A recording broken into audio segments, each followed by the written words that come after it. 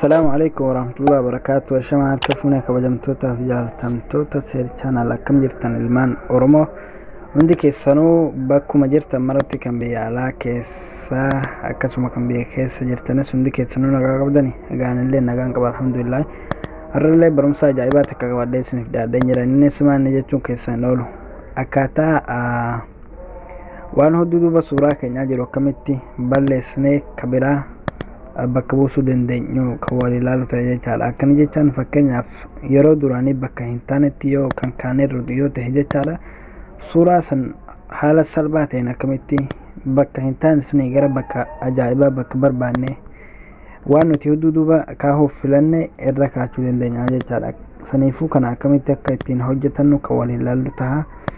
hanga xumura qophii kiyyaatti obsan na waliin turan isinin jedha.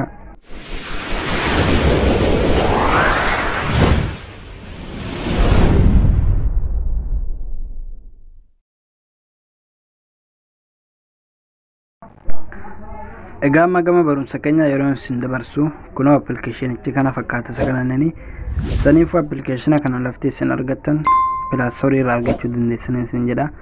Akkasuma anilleen description box link jalqabaaran isiniif kaha bifa salphaa ta'een barreeffama viidiyoo kiyyaarraa al tokkoof yeroo dhoytan haala sanii argachuu dandeessanii jechaadha. Aappii as tuqaa buufadhaa bakka jedhu sana irratti bakka aappii as tuqaa buufadhaa jedhu sanni agartanii saniifuu achi irratti ni dhoytanii jechaadha. Egaa achi irratti dhoytanii kaataniin booda Play irra isin geessanii jechaadha. Search gootanii barbaaduu fi waan biraa sun taane install godhachuu bichaadhaan isin jira. Saniifuu ammame isin agarsiisa takka takkaan isin agarsiisa waan nama dhibu miti. Saniifuu irratti ni dhoonaa jechaadha. Application kana ni banna. Egaa haala kanaan bannee kaaneen booda haala kanaan nuuf dhufa. Saniifuu mallattoo ida'uu kanarraa asirratti ni dhoonaa jechaadha. Egaa asirratti dhoonee kaaneen booda suuraa nuti jijjiiruu feene san ni barbaannaa jechaadha. Amma fakkeenyaaf suuraa jijjiiruu feene san irratti ni dhoonaa kamiin jijjiiree sana agarsiisu. Amma fakkeenyaaf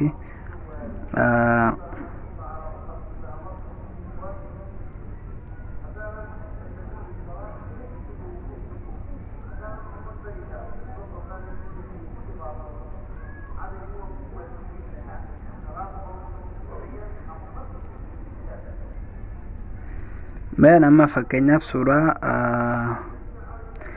kanan irratti hin dheessin agarsiisa. Suuraa lama magarsa kana irratti asirratti ni dhaa jechaadha.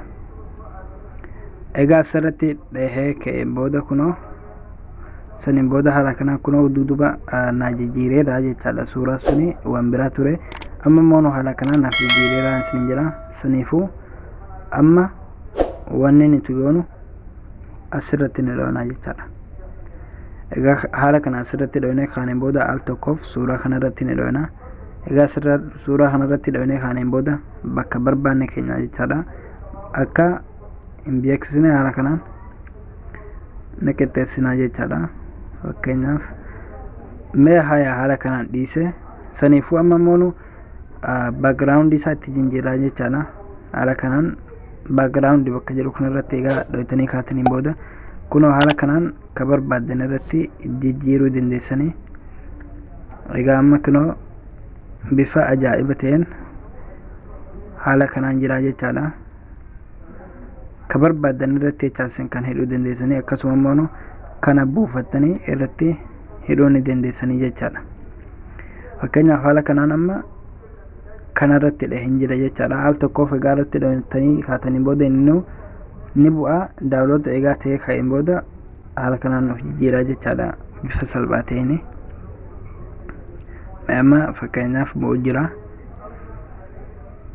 Kunoo ammas kunillee daawloota nuuf ta'e haala kanaan egaa nuuf toleeraatiin booda asirratti ni dhoonaa jechaadha.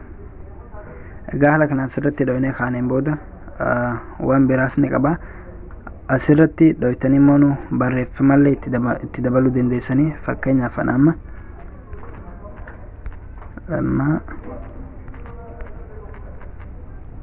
haala kana fakkeenyaaf irratti barreessan jira. Osoo as keessaan bahin dura amma foonti isaa duudhaan jijjiirtanii jechaadha. Hey there. Subscribe to my channel and also press this bell icon. Kun amma waan hin buuneefu naaf hin buune jechaadha. Saniifuu isin haala kanaan ni buufattanii jechaadha. Yeruma gabaabaa keessa haala kanaan isiniif bu'a. Irratti dhoytanii kan barbaaddan irratti inni jijjiirrattanii jechaadha. Fakkeenyaaf ani kanuma irratti adhiisu itti aansinee ammallee asirratti kalara isaa ni jijjiirraa jechaadha.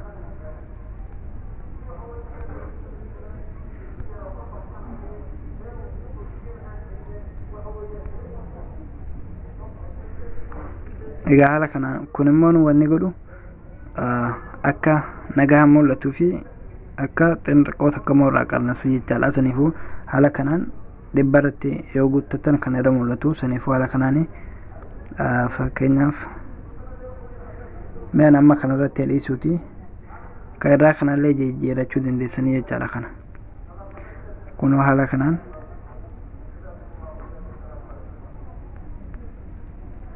dhiifama x kanarratti dhoytanii beeksisa akkanaati. Saniifuu haala kanaan jijjiirrachuu dandeessanii isin jira. Amma saniifuu kun egaa nu toleera jennee kaaneen booda ammallee kan ammoo nu ni guddisuu ni dandeenya jechaadha.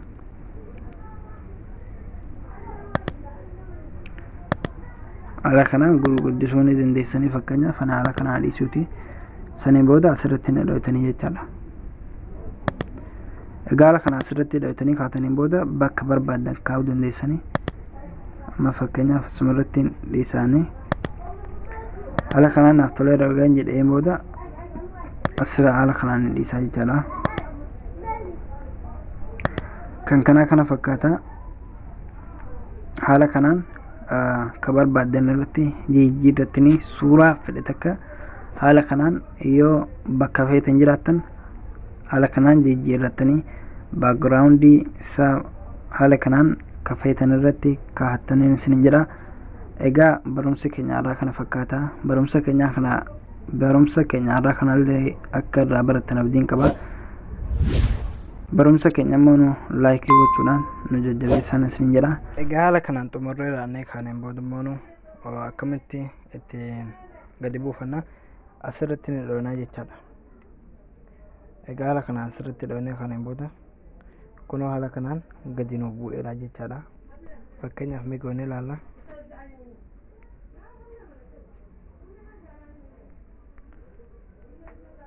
Kunoo akkuma agartan kana fakkaata. Haala kanaan ka duraanii sunii fi kun amma ka waliin argu kanatu irra caalaa jechaadha. Saniifuu immoo isinillee kanarraa bareechachuu dandeessan isin jedha. Egaa barumsa keenya irraa kana fakkaata. Akkasuma viidiyoon keenya isinitti tole laayikii godhaa isin jedha. Yaada keessanis yaada qabdan gaafii qabdan asirraan koomentii jalatti nu barreessaa isin jedha. Egaa barumsa keenya irraa kana fakkaata. Hanga barumsa biraatti walitti deemnutti nagaan naaf turaa isin jedha. Galatoomaa. Waan hanga dhumaatti nu waliin turtaniifuu ulfaadhaa horaa bulaa.